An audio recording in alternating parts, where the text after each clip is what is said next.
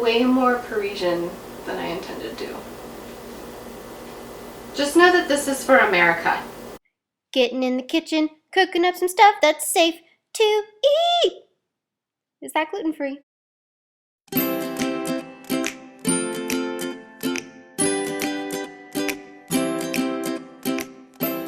Hi lovelies, welcome back to another episode of Cooking Kaizen. Today we're going to do the second installment of Cravings.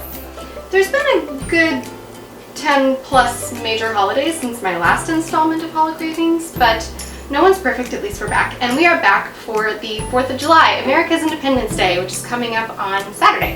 I think it's pretty widely accepted that the most American dessert you can have is apple pie. The saying's like, it's as American as apple pie. Right? I would think a more accurate saying is it's as American as jorts or Twinkies.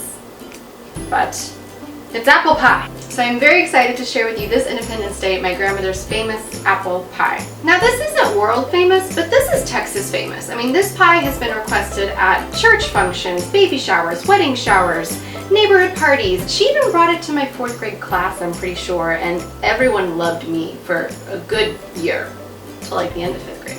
It is one of the best pies you will ever have, and the best thing about it is it's so simple. I had a chef tell me in pastry school once that the best recipes are usually the simplest recipes. And the more I eat and discover food, the more I find that to be true. And my grandmother's apple pie definitely falls into that category. There are 3 ingredients for the filling, 3 ingredients for the topping, and just a simple butter crust. I really wanted to make this recipe exactly as my grandmother would have made it, but unfortunately I can't get her crust to work with gluten-free flour. I've tried a couple times and I just end up having to change the recipe. So today I've used my simple butter crust for the pie crust. This is the exact same recipe that we used for the Pop-Tarts actually. So it's just a cup of flour, a stick of butter, a dash of salt, splash of apple cider vinegar, about a tablespoon's worth, and enough ice water just to make the dough come together. I took it out, I got it into a nice flat shape within saran wrap, I stuck it in the freezer to make sure the butter stayed cold, rolled it out, stuck it in a pie dish, poked it with a fork to make sure the steam could escape and it wouldn't bubble up, and I par baked it for about 15 minutes at 400 degrees. I actually kind of ended up baking it, not so much par baking it, so make sure you take it out before it starts to turn brown. If you don't want to use dairy in your pie crust for whatever reason, you could always sub lard, or you could go for coconut oil. Just make sure the coconut oil is solid when you're working it into the dough. It'll work better that way. So for the remainder of the recipe, I'm going to try to make everything exactly as my grandmother would have done it because that's how it tastes the best. I have experimented with this recipe so many times. I have cooked the apple slices in a pan. I've added different alcohols. I've added other fruits. I've added different spices. Nothing tastes as good as the way Teddy does it, I promise.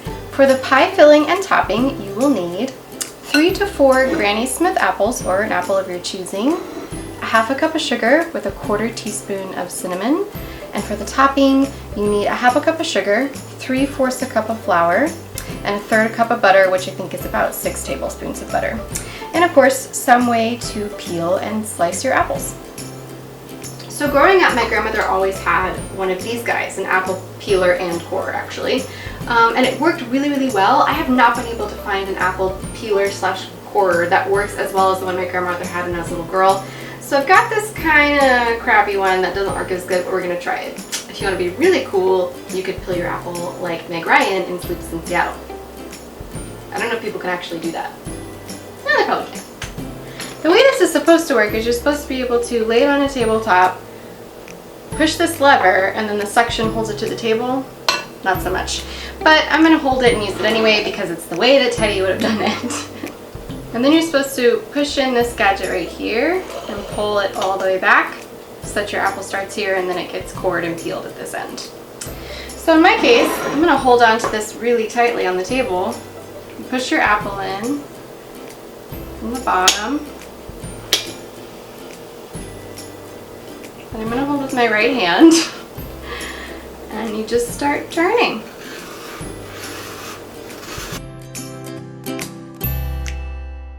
The amazing thing about this gadget as well is the apple has been peeled and cored, and you want your apples to be in slices for your pie. So all you have to do is kind of break off each little spiral And you don't even have to slice your apple.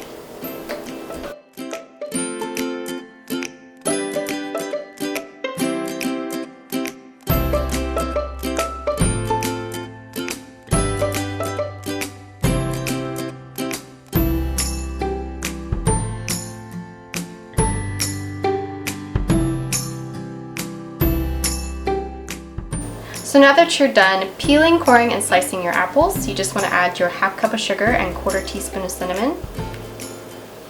Lots of sugar.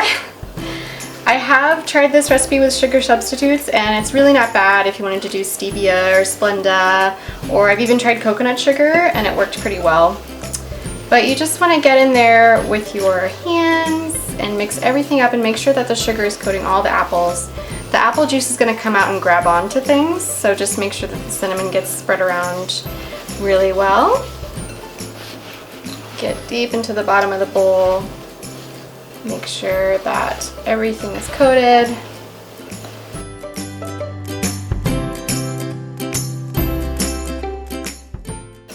Now we move on to the topping. For the topping, you're going to be using your hands as well, so make sure your hands are clean.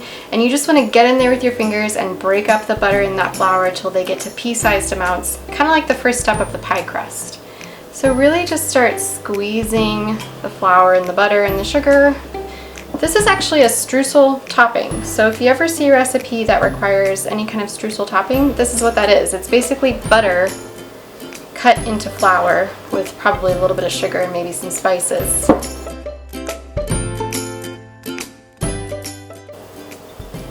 It's kind of soft but mealy. It's perfect. And there we go. That's our streusel topping. Now it's time to assemble our pie. So pour your apples into your pie crust, and hopefully your pie crust is only par-baked and not baked like mine is. And you just want to get your apples to lay flat-ish. You kind of want to fill in. My grandmother would actually very methodically go through and sort of build her pie from the bottom to the top. So if you wanted to try that, that would work too. But just go through and make sure that there's not a bunch of gaping holes where there isn't any apple.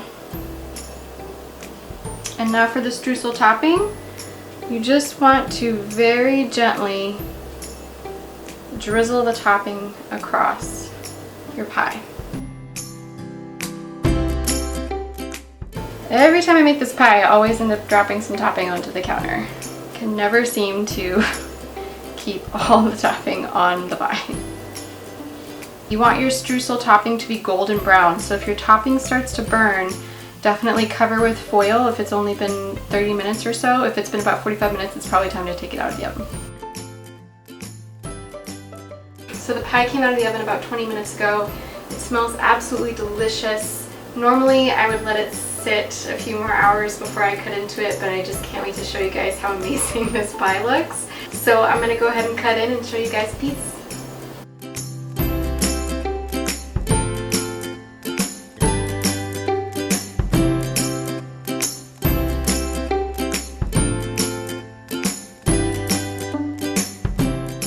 It's a little warm, so it's kind of crumbly. That's why it's good to wait a couple of hours to let it set, but oh my gosh, it looks absolutely delicious.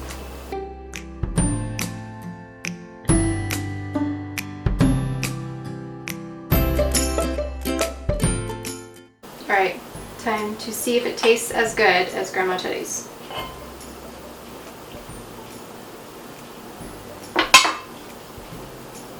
It's exactly the same! It's so American. I highly recommend serving this with a scoop of vanilla ice cream. Normally my grandmother would serve it with vanilla bean bluebell. But that's probably not a good idea. So let's stray from the recipe in that sense for this year. Hope you guys have a wonderful 4th of July. I hope it includes my grandmother's famous apple pie. Thank you for watching Cooking Kaysen. If you liked the video, give me a thumbs up. Tell me what you thought in the comments and subscribe to Cooking Kaysen, and I will see you guys next time.